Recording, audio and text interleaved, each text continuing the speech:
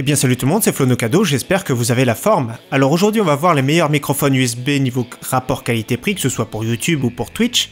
Donc on va partir du moins cher jusqu'au plus cher, on commence tout de suite par le Trust GX-T210, donc voyez comment il est. C'est un microphone sur pied, il y a un mute d'intégrer. Il est sobre, hein, on peut le mettre juste en face de nous, devant le clavier. Alors j'ai déjà entendu, tous les micros j'ai entendu.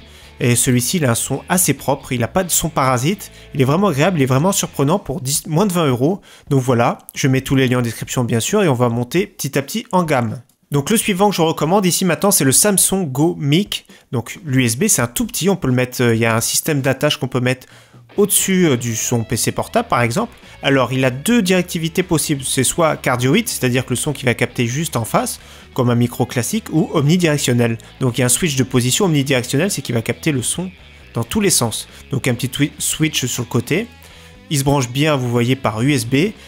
35 €, c'est vraiment un très bon prix, il est vraiment surprenant. La qualité de son, je vais vous donner un site où on peut écouter plusieurs tests de micro qui est vraiment très bien à la fin. Et vraiment celui-ci il a un très bon son, surtout pour le prix, donc le moins cher ici sur Bax Shop. Alors ensuite on passe au très connu Bird UM1. Alors ici 59 €, c'est à peu près les prix actuels, il y a eu quelques promotions. C'est surtout au moment de fin d'année qu'il y a des promotions des fois sur les micros, donc n'hésitez pas à me suivre, comme ça vous serez informé. Donc cardioïde, donc directivité juste en face, vous voyez le petit rond ici avec cette forme là, c'est cardioïde, c'est un son qui capte en face. Il a un son vraiment très propre, il a l'araignée. Par contre, il faut vraiment investir dans un petit filtre anti-pop, comme vous voyez ici en bas, avec un petit bras, c'est le nickel. Après, vous voyez, le tout, c'est 82 €, c'est un investissement, mais ça reste un son qui est vraiment très correct. C'est une référence dans les microphones USB. Moi, j'ai eu le Bird EM2, qui est plus en... Lui, c'est du XLR, donc il faut en plus de 5 quarts de son, une alimentation fantôme de 48 volts, mais là, en USB, 5 volts pour alimenter ça, c'est vraiment très bien. Une qualité supérieure ici avec le Samsung, donc le C01 U Pro, donc vraiment le son est vraiment pas mal du tout, celui-ci avec un petit trépied, il est vraiment, le trépied est un peu bof, mais le son est vraiment très bien Samsung. Ça reste une très bonne marque, ils font aussi des casques et tout et compagnie, donc il est un tout petit peu mieux que le Bird UM1, mais après ça se joue à quelques différences, pas de grosses différences, mais il est quand même un petit peu mieux, le son est un petit peu plus propre, donc c'est un très bon microphone.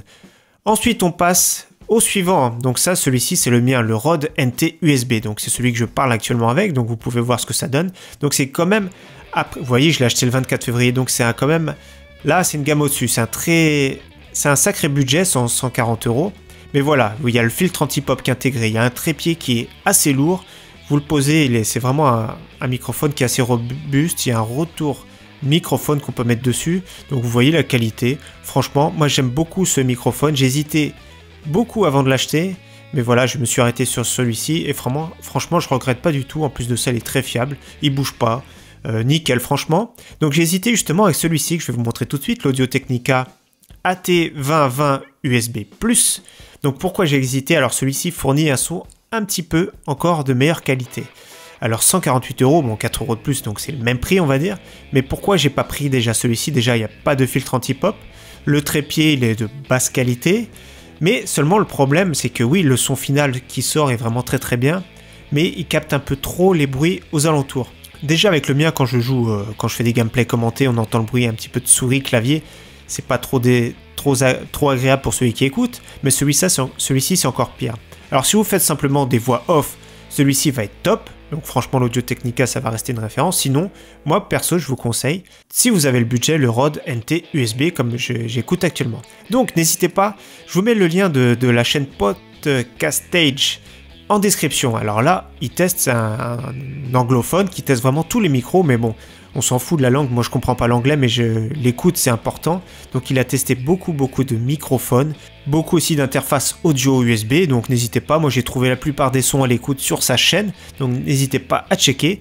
Bien sûr, je n'ai pas parlé de celui-ci, alors le très réputé Blue Yeti. Alors pourquoi j'ai pas parlé? Celui-ci, il n'est pas exceptionnel si vous voulez, il est correct partout, il a l'avantage d'être hyper polyvalent, c'est-à-dire qu'il va soit d'avoir une directivité cardioïde, soit omnidirectionnelle, qui va capter le son dans tous les sens. On peut même faire des interviews, donc ça va capter devant, derrière pour les interviews.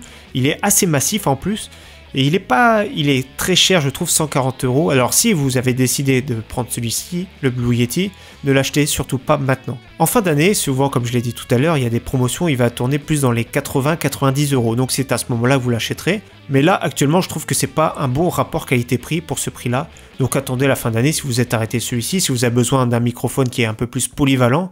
Mais il fait tout bien, mais rien d'exceptionnel en tout cas. Voilà, j'espère que cette vidéo vous aura plu, en tout cas que ce petit top vous plaît. A très bientôt sur ma chaîne, en tout cas merci à tous. Ciao, bye.